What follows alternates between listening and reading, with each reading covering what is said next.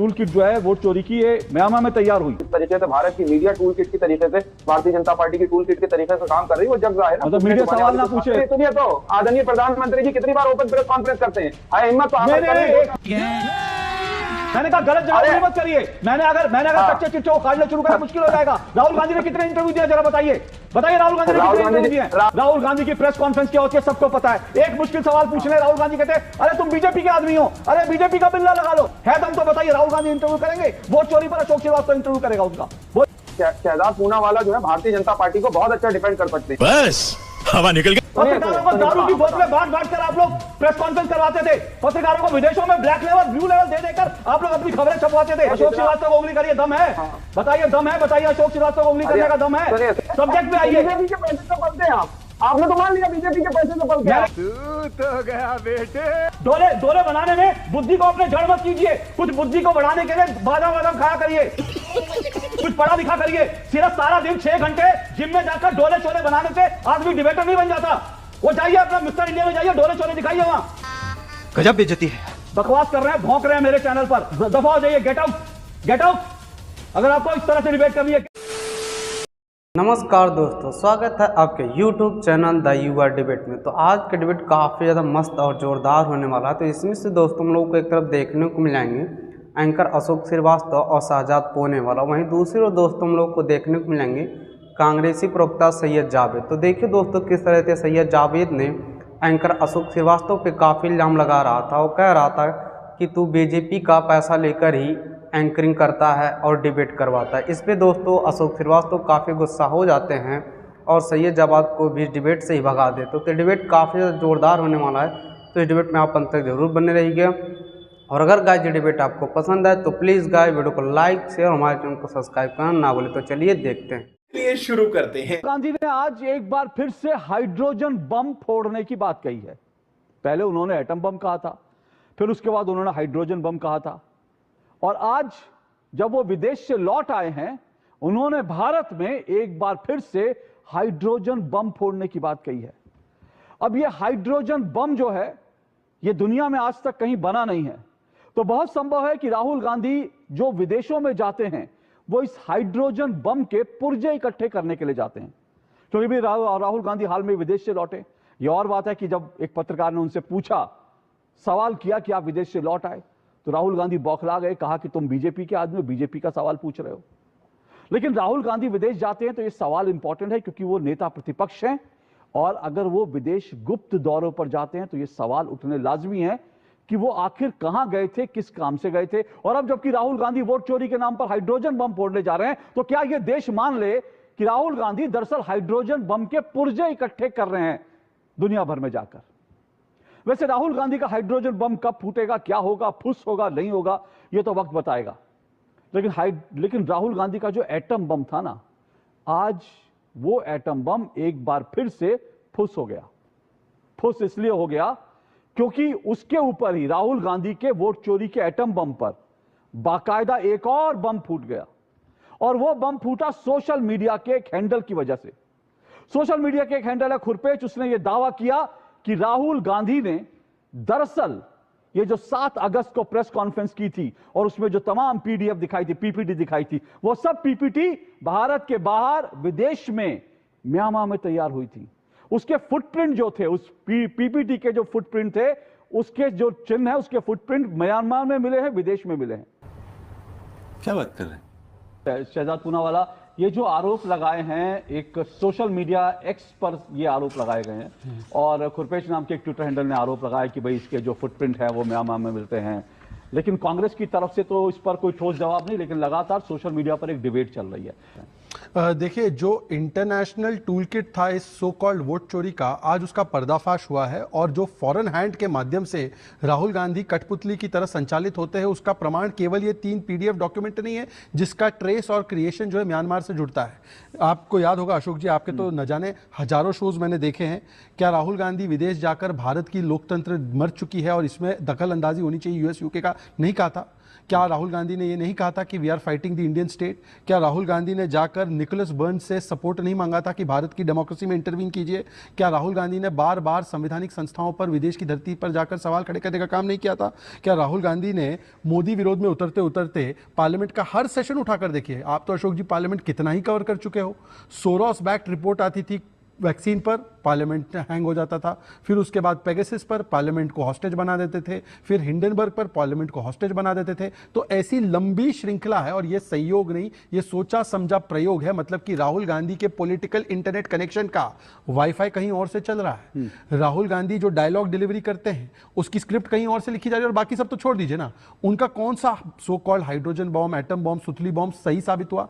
महाराष्ट्र में मुखी खाई सुप्रीम कोर्ट से, हरियाणा में उनके ही नेता ने बोला कि हम लोग हुड्डा जी की वजह से हारे। फिर उसके बाद देखिए कल ही तमिलनाडु में मद्रास हाईकोर्ट ने एक याचिका को खारिज किया है, और बाकी सब तो छोड़ दीजिए। ये बात आगे बढ़ते बढ़ते बढ़ते अब तो बोलते वाइस प्रेसिडेंट इलेक्शन में वोट चोरी हो गई। ये तो बैलेट पेपर पर हुआ था साहब। अब वाइस प्रेसिडेंट इलेक्शन में भी अगर वोट चोरी हो रही है, और फिर वो बताते हैं ना कि उनके दूसरे नेपो किड साथी है अभिषेक बैनर्जी, वो बोल रहे 15-20 करोड़ रुपए देकर सांसदों को खरीदा गया। तो मतलब अपने सांसदों को बिकाऊ बोल रहे हैं या टिकाऊ मानते हैं? तो कुल मिलाकर ये जो भी ये पूरा इंटरनेशनल टूल किट है उसका प्रमाण एक नहीं अनेकों बार आया है। नहीं, लेकिन ये जो आप कह रहे हैं वो दो टुक में हमने भी कई बार उठाया, उनके बयान भी सार्वजनिक रूप से दिए गए हैं। लेकिन इसके आधार पर ये कहना कि वो वोट चोरी के जो आरोप लगा रहे हैं, जो उन्होंने प्रेस कॉन्फ्रेंस की, वो जो है उसके फुटप्रिंट जो है म्यांमार में है, वो म्यांमार में तैयार हुआ।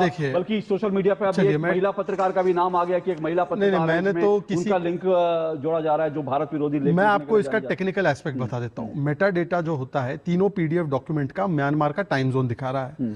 अब वो एडोब इलस्ट्रेटर पर बना है, और उसमें मतलब कि वो जो है सिस्टम का जो क्लॉक टाइम दिखाता है वो चेंज नहीं करा जा सकता, ना ये वीपीएन से चेंज हो सकता है। वो पीडीएफ शेयर हुआ है गूगल ड्राइव के माध्यम से, तो मेटा डेटा वहां पर भी चेंज नहीं होता। तो अब बता दीजिए कि ये मेटा डेटा जो दिखा रहा है ये तो चीख चीख कर गवाही दे रहा है कि मैं कहीं और से बनाऊं। और राहुल गांधी का विदेश प्रेम, अभी जो दूसरी स्टोरी आपने दिखाई कि राहुल गांधी विदेश जाते हैं तो अपनी ही सीआरपीएफ और सिक्योरिटी को बताते, उनको बनता नहीं है। भाई अगर आपके जान पे थ्रेट है तो भारत में थ्रेट है और विदेश में थ्रेट नहीं है। ये कितना अब्सर्ड है। एलओपी पद जो है वो तो बाध्य है येलो बुक जो है उसके प्रोटोकॉल के येलो बुक से, उसके अंदर आपको बताना है, पर आप बताकर नहीं जाते और इतनी यात्राएं करते हैं, विदेश में जाते हैं, तो ऐसी कोई सीक्रेट मीटिंग ही होगी। या राहुल गांधी को विदेश में सुरक्षित महसूस होता है। इन दोनों में से तीसरा विकल्प तो हो नहीं सकता। ओके, बात तो सही है। सैयद जवाद, सवाल बड़ा स्पष्ट है कि भाई ये राहुल गांधी की टूल किट जो है वोट चोरी की, ये म्यांमार में तैयार हुई, और एक जिन लोगों ने तैयार की उनके नाम भी सोशल मीडिया पर आ रहे हैं। लेकिन उसको छोड़ दीजिए, उसमें मैं अभी कोई ऐसा पुख्ता प्रमाण नहीं है उसके आधार पर कुछ कहा जाए। लेकिन जो फुटप्रिंट है वो साफ दिखा रहे हैं कि ये टूल किट जो है विदेश में तैयार हुई। जी, सभी को मेरा जय हिंद, जय संविधान। देखिए क्या है, भारतीय जनता पार्टी को जिस तरीके से राहुल गांधी जी ने एक्सपोज करा है, अब तो ये देशव्यापी जो नारा बना है कि वोट चोर गद्दी छोड़, तो उसको लेकर के पूरी भारतीय जनता पार्टी के अंदर एक खलबली है, बौखलाहट है। तो कभी कभी नए नए एजेंडे प्रोपेगेंडे लेकर के हैं, आते हैं, चलाते हैं, और मीडिया की मशीनरी का और जिस तरीके से भारत की मीडिया टूल किट की तरीके से भारतीय जनता पार्टी की टूल किट के तरीके से काम कर रही है, वो जग जाहिर है। मतलब मीडिया सवाल ना पूछे, राहुल गांधी से सवाल पूछे तो भाजपा के आदमी है, और अगर टूल किट एक्सपोज हो गया उस पर सवाल पूछे तो मीडिया भी टूल किट पे काम कर रही है। सैयद जवाद, अरे आदरणीय प्रधानमंत्री सुनिए, तो आदरणीय प्रधानमंत्री जी कितनी बार ओपन प्रेस कॉन्फ्रेंस करते हैं? अरे हिम्मत तो अभी मजा आएगा ना। सुनिए ना, अरे सैयद जवाद सुनिए, आप गलत जगह हाथ डाल रहे हैं। सैयद जवाद गलत जगह हाथ डाल रहे हैं। मैंने 3 बार प्रधानमंत्री का इंटरव्यू लिया है, और एक बार जब प्रधानमंत्री वो नहीं थे तब एक इंटरव्यू लिया था जिसको कांग्रेस की सरकार ने उसको टेलीकास्ट, मैंने कहा गलत जगह मत करिए। मैंने अगर कच्चे चिट्ठे उखाड़ने शुरू करें मुश्किल हो जाएगा। राहुल गांधी ने कितने इंटरव्यू दिया जरा बताइए राहुल गांधी ने कितने इंटरव्यू दिए? राहुल गांधी मुझे बताइए 2014 के बाद से राहुल गांधी ने कितने इंटरव्यू दिया, बताइए। चलिए, राहुल गांधी तो प्रेस कॉन्फ्रेंस इंटरव्यू कितने दिया बताइए मुझे, इंटरव्यू कितने दिए? सुनिए सैयद जवाद, राहुल गांधी की प्रेस कॉन्फ्रेंस क्या होती है सबको पता है। एक मुश्किल सवाल पूछ ले, राहुल गांधी कहते हैं अरे तुम बीजेपी के आदमी हो, अरे बीजेपी का बिल्ला लगा लो, अरे बीजेपी के आ गए। तो राहुल गांधी जो प्रेस कॉन्फ्रेंस करते हैं वो सारी फिक्स होती है, उसमें एक भी सवाल अगर ऐसा पूछा जाए तो कांग्रेस के कारिंदे उठाकर उस पत्रकार को बाहर फेंक देते हैं। ये कहा जाता है ये बीजेपी का आदमी है। आप बताइए कितनी प्रेस कॉन्फ्रेंस की है राहुल गांधी ने, और कितने राहुल गांधी ने जो है इंटरव्यू दिया आज तक, बताइए जरा। कितने सवालों का जवाब? मैं आप कांग्रेस के हितैषी हैं, मैं आपसे रिक्वेस्ट करता हूं, है दम तो बताइए, राहुल गांधी इंटरव्यू करेंगे? वोट चोरी पर अशोक श्रीवास्तव इंटरव्यू करेगा उसका, बोलिए, लाएंगे राहुल गांधी को इंटरव्यू कराने? देखिए अशोक भाई शहजाद पूनावाला जो है भारतीय जनता पार्टी को बहुत अच्छा डिफेंड कर सकते हैं। बस हवा निकल गई। वो प्रवक्ता है, मुझे लगता है कि उनमें काबिलियत आपने होगी। पत्रकारों पर हमले किए हैं। आप अगर कांग्रेस पर बोल रहे होते तो शहजाद पूनावाला डिफेंड करते। आपने मीडिया पर कहा तो अशोक श्रीवास्तव ठोक कर बोलेगा और एक एक कलई खोलेगा। कांग्रेस के रिजीम में कैसा मीडिया था, मुझे मत बुलाइए, बताइए। पत्रकारों को दारू की बोतलें बांट कर आप लोग प्रेस कॉन्फ्रेंस करवाते थे। पत्रकारों को विदेशों में ब्लैक लेवल, ब्लू लेवल दे देकर आप लोग अपनी खबरें छपवाते थे। अशोक श्रीवास्तव का है। अरे बाप रे, ये तो धोती खोल रहा है। इसीलिए फिर से कह रहा हूं, मीडिया पर बोलेंगे तो सारा कच्चा चिट्ठा आज खोल दूंगा। कैसे कैसे होता था, प्रधानमंत्री के विमान में कैसे पत्रकारों को दावतें देकर ले जाया जाता था, एक एक कच्चा चिट्ठा खोल दूंगा। इसलिए सैयद जवाद पूरा का पूरा सब्जेक्ट में रहिए, मीडिया पर मत बोलिए, जो खुलासे हुए उन पर बोलिए। जब आप एक उंगली किसी अपनी तरफ उठाते हैं, एक उंगली करते हैं, तो 3 उंगली आपकी तरफ भी हो जाती है। इसको हमेशा याद रखिए। करिए ना, अशोक श्रीवास्तव को उंगली करिए, अशोक श्रीवास्तव को उंगली करिए, दम है? बताइए, दम है? बताइए, अशोक श्रीवास्तव को उंगली करने का दम है? सुनिए, अशोक श्रीवास्तव को उंगली करने का दम है? मैं आज भी कह रहा हूं, राहुल गांधी को मैंने कम से कम 50 मैसेज भेजे थे यूपीए सरकार में और कांग्रेस बीजेपी सरकार में, एक इंटरव्यू दीजिए। उंगली मत करिए, फिर से कह रहा हूं, विषय पर आ जाइए, विषय पर आ जाइए। ऐसी पोल खोलूंगा, मुश्किल हो जाएगा आपके लिए बैठना, इसलिए विषय पर आ जाइए, मीडिया पे मत जाइए। अरे सुन तो लो, पोल तो राहुल गांधी जी ने खोल दी है। इन सखियों की पोल राहुल गांधी जी ने खोल दी है, इसीलिए ये तिलमिलाए हुए। देखिए, हमने जरा तो कुछ बोला, कितना तिलमिला गए आप, एकदम से 2 चीज क्रिटिसिज्म की बर्दाश्त नहीं कर। तेरा तो गेम बचाना पड़ेगा। सैयद जवाद सुनिए, मैं तिलमिलाऊंगा क्योंकि कांग्रेस के पैसे से नहीं पलता हूं। मैं उन पत्रकारों में नहीं जो कांग्रेस के पैसे से पलता हूं, इसीलिए तिलमिलाऊंगा, ना बीजेपी के पैसे से पलता हूं। मैं फिर से कह रहा हूं, मुझे उंगली मत करिए, सब्जेक्ट पे आइए। बीजेपी के पैसे से पलते हैं आप, आपने तो मान लिया बीजेपी के पैसे से पलते हैं। मैंने कहा बीजेपी के पैसे से भी नहीं पलता, ना कांग्रेस के पैसे से पलता हूं, समझे आप? अच्छा, 2 मिनट शांतिपूर्वक सुन लीजिए, शांतिपूर्वक विषय पर आइए। मैं वार्निंग दे रहा हूं, सुनिए सैयद जवाद, अगर आपको सैयद जवाद सुनिए एक मिनट, अगर आपको मीडिया पर डिस्कस करना है तो मैं अभी शहजाद पूनावाला को विदा कर देता हूं। आइए मेरे से 1 to 1 कीजिए, मैं आपको बताता हूं यूपीए सरकार में मीडिया में क्या होता था, आज क्या होता है। आज क्या होता है, किस तरह से यूट्यूबर को पैसे दिए जाते हैं और किस तरह से यूट्यूबर से भारत विरोधी एजेंडा चलाया जाता है। एक एक चीज का अभी सैयद जवाद को मैं विदा कर देता हूं। करेंगे मीडिया में डिबेट मुझसे, या फिर आज राहुल गांधी का आज चैलेंज स्वीकार कर लीजिए, मैंने स्वीकार कर लिया, और इनकी तो छुट्टी होने वाली है भारतीय जनता पार्टी के प्रवक्ताओं की, मैंने स्वीकार कर लिया। आ जाइए, आइए ना।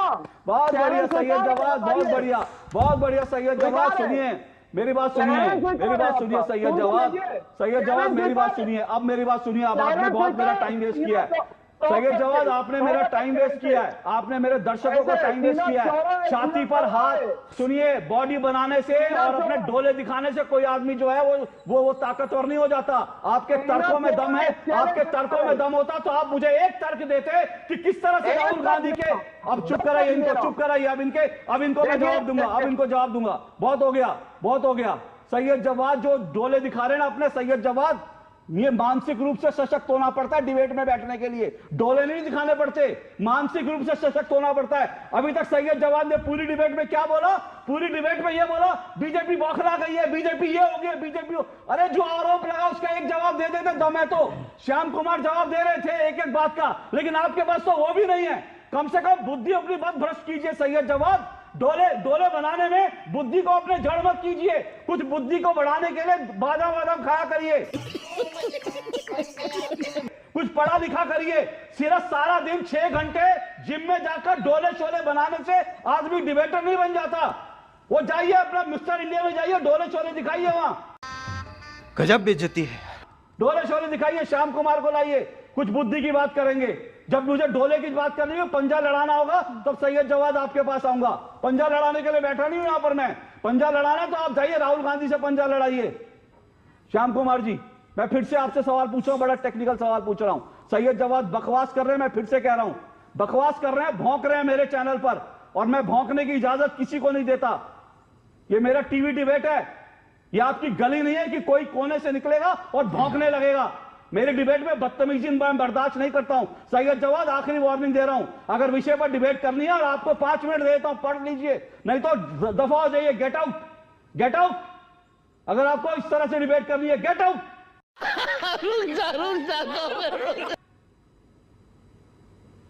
अगर डिबेट करने का दम है, अकल से दम है, तो आइए, डोले बनाने तो जाइए, कहीं और डोले बनाइए। श्याम कुमार, मैं फिर से पूछ रहा हूं आपसे, सवाल मेरा वही है।